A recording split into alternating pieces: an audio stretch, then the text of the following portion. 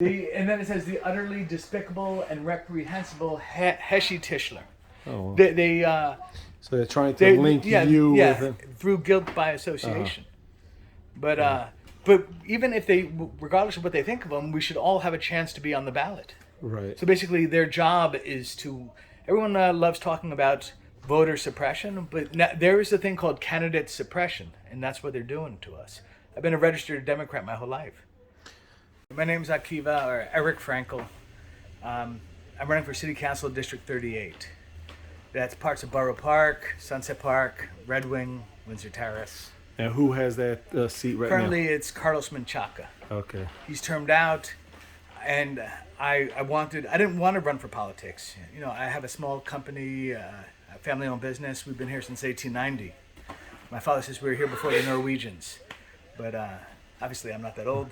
But you know, I love Brooklyn. Most people don't realize 3rd Avenue used to be all Jewish, and then after World War II, everyone left for Borough Park in Manhattan, and we stayed. That's why my father named me Eric, which is Norwegian, even though I'm not Norwegian. He says, Mordecai, Marty is your accountant's name you're going to get picked on. Eric is a good, strong Norwegian name, but all the Norwegians left Brooklyn. So why are you running? I want to see my area get better. I know it sounds tacky and cliche, but I see what our politicians are doing. And it's terrible how they're using race to divide the community, and they're stopping people from building homes and denying first-time homeowners a chance to really participate in the great economic race. Because how do you create a community without home ownership? And we have so many acres. We just gave 70 acres of land to a Norwegian company, Equinor, formerly known as Statoil, to do wind turbine assembly.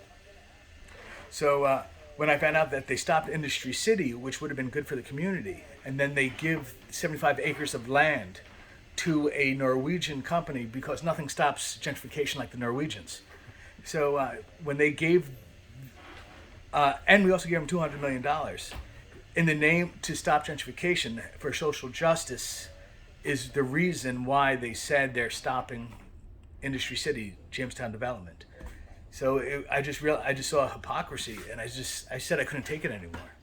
You know, I'm a single dad. My son's mother stuck overseas because of the lockdown, and you know, I have my small business here, a family business, and I also I have 2 aging parents, and also trying not to get run over by Amazon delivery vehicles.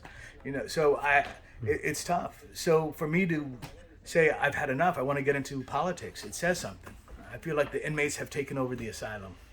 Actually, all the parties reached out to me. The Republican, conservative, libertarian, but most people don't realize Brooklyn my district is a one-party system. Most people vote down party lines. I was a registered Democrat, and I assumed my path to victory would be easier through the Democratic Party. I didn't think I'd have to raise funds, and I'd still win. What happened? I got kicked off the ballot. Why?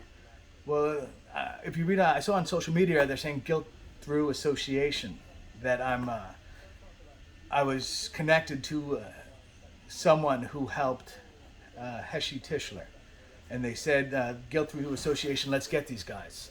And then a few days later, they kicked me off the ballot. They said my amended cover sheet was not correct. So do you think it's politics or anti-Semitism or both? Well, I'm the only Jewish candidate running. What's amazing is there's a fake website. Well, it's a website called jewishvote.org, and it's endorsing every other candidate but me, which is kind of strange. And it's all about the James Floyd and social injustice. And I just feel that it's done to steal the Jewish vote. And eventually, once you steal the vote or steal the Jewish voice, eventually they're going to come after the funding. So the goal is to take the funds, what is probably going to Borough Park, and then to give it to their progressive friends who are community activists. So instead of addressing the real issues of mental health, home ownership, they give it to their community activist friends. Are those the 2 issues you would be working on if you win? Those are the 2 main issues, or there's other issues that you want to clean up as a council member? They talk about rezoning is racist, but I think by not rezoning, you're affecting the community.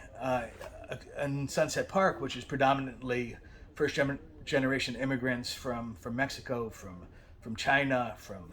And when you say rezoning, what do you mean by rezoning? Because every district has different issues. Over We here, have so much land in Sunset Park. If we take that land and use it to build homes, even for first-time homeowners. and are you referring like along the water Yeah, where it's like yes. empty over here on Yeah, First yeah. Avenue? Because now we don't do much manufacturing. It's mostly Amazon warehouse fulfillment centers, or third-party sellers, and like car repair shops. Now, what's your I'd love to take that land and use it to build homes.